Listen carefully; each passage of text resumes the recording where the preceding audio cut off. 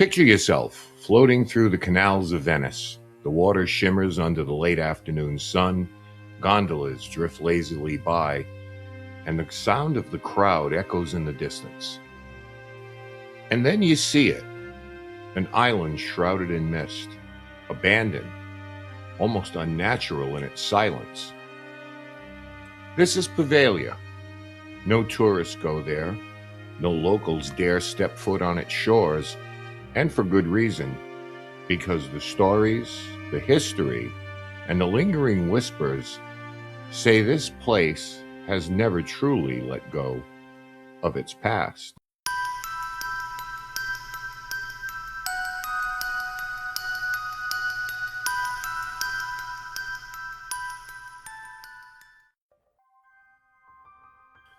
Venice was once one of the richest cities in the world, a hub for trade, culture, and unfortunately, disease.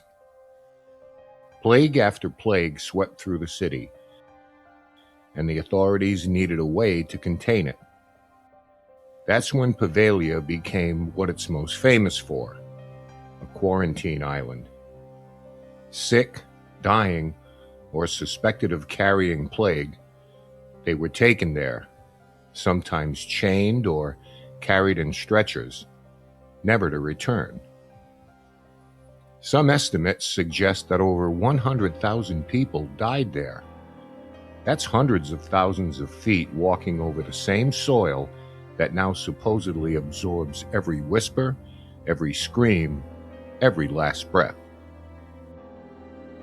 Imagine standing there, knowing the ground beneath you is soaked in centuries of terror and despair. It's hard to describe, but those who have been near say the weight of all that death is palpable. By the early 1900s, the island's quarantine buildings were converted into a psychiatric hospital. Records confirm it operated until 1968, housing patients in cramped, stark conditions. The combination of isolation, neglect, and fear created an environment that no one wanted to enter, and even fewer wanted to leave. There are rumors of cruel experiments, lobotomies, and a doctor who went mad and allegedly threw patients from the bell tower. Officially, there are no records to confirm such horrors, but sometimes legends are rooted in truth, and you don't need paperwork to feel the chill that comes from a place like this.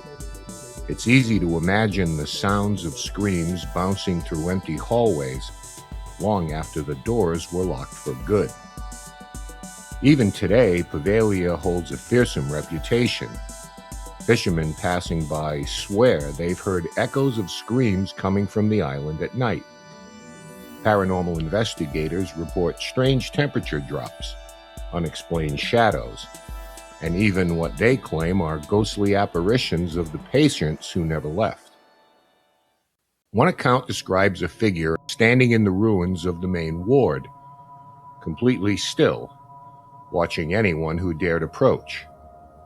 When the investigators tried to get closer, it vanished, leaving only the smell of rot and the faint sound of a bell ringing somewhere deep inside the ruins.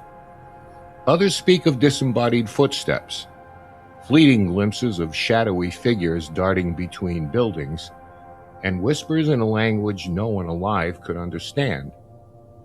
Imagine hearing laughter echo through a place you know is abandoned, then realizing it isn't laughter at all, but crying.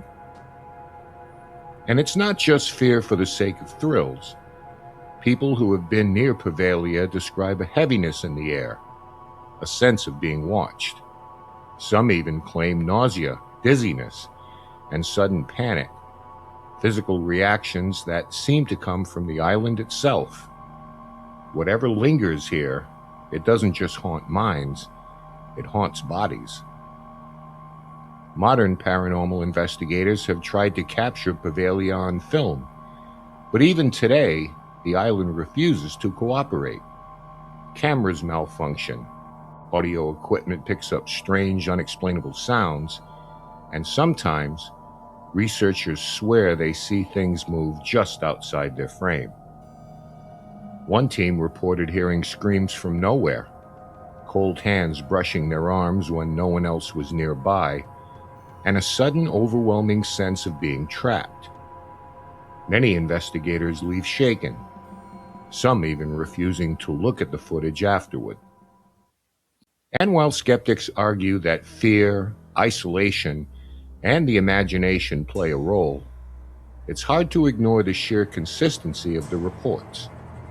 Decades of visitors, from fishermen to licensed investigators, describe similar experiences. An island that somehow has its own life. Let's separate what we know from what we suspect. What's documented? Poveglia was a plague quarantine site, later becoming a psychiatric hospital. Tens of thousands of people died on its soil. What's less clear is the more sensational stories of mad doctors, patients being thrown from towers, and violent hauntings. But here's the thing.